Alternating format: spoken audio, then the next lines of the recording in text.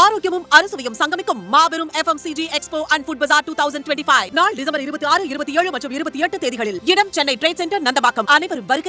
அனுமதி இலவசம்.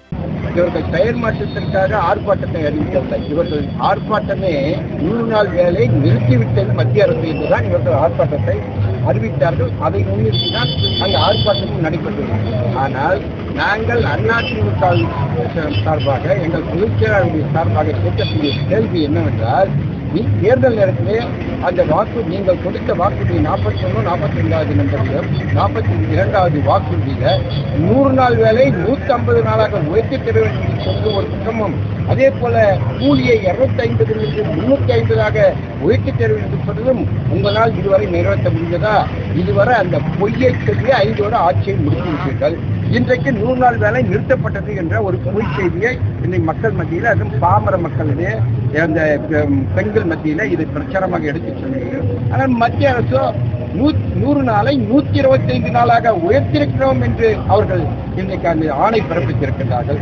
எப்படிப்பட்ட பொய் பிரச்சாரத்தை இவர்கள் கையில் இருக்கக்கூடிய இதை போன்ற மீடியாக்களை பயன்படுத்தி மக்களை விசைத்திருப்பி வருகின்ற தேர்தலுக்காக இப்படிப்பட்ட ஆர்ப்பாட்டங்களை நடத்தி மக்கள் மனதை மாற்றுவதற்காக முயற்சி செய்கிறார்கள்.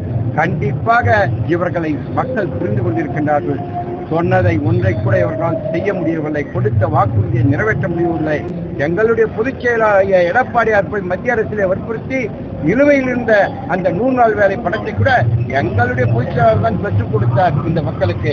தேர்தல் ஓட்டுக்காக வருகின்ற தேர்தலிலே வாக்குகளை ஓட்டை பெறுவதற்காக 5000 கொடுப்பதற்கும் இவர்கள் தயங்க மாட்டார்கள். ஏன்னா நாட்டினுடைய கடன் இன்றைக்கு 9 லட்சம் கோடியை தாண்டியிருந்தாலும் அவர்களுக்கு அதை பற்றி கவலை இல்லை.